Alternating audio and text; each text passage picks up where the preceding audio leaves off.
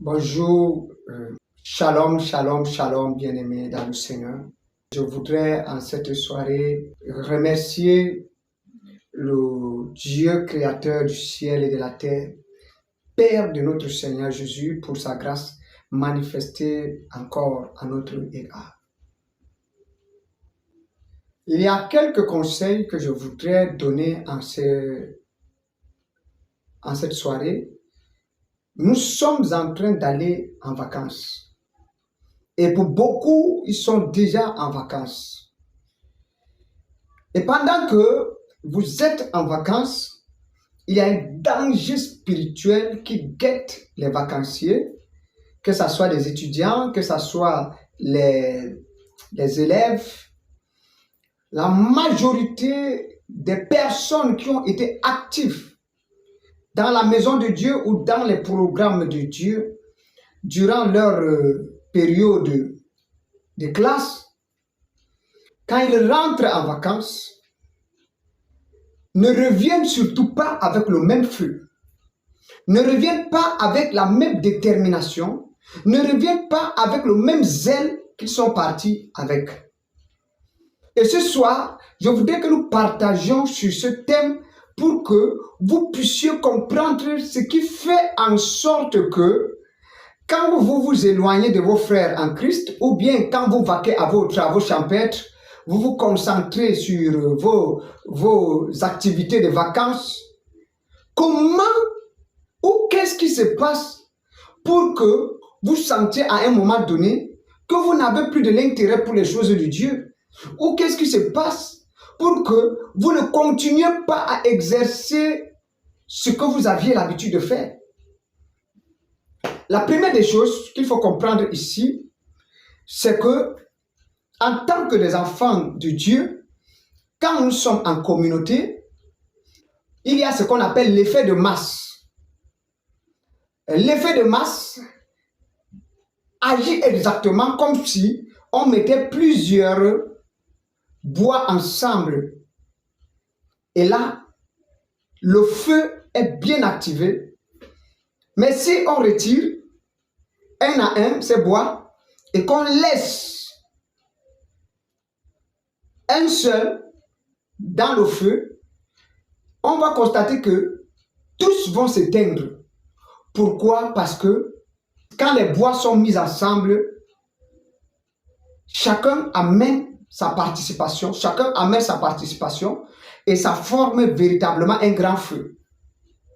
Mais dès qu'on les met seul à seul, il n'y a plus cet effet d'union qui fait la force de ce feu. Donc dès que vous partez en vacances, la première raison c'est que vous ne vous retrouvez plus dans la même atmosphère.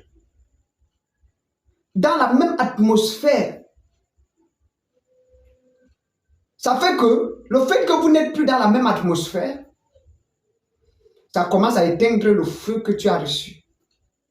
Ça commence à éteindre la présence de Dieu que tu as reçue. Et la deuxième des choses, c'est que la Bible dit que le fort soutient les faibles. Quand vous êtes ensemble, il y a des gens qui sont forts spirituellement, qui intercèdent pour les faibles, et ça fait que ça rallume le feu qui est en vous.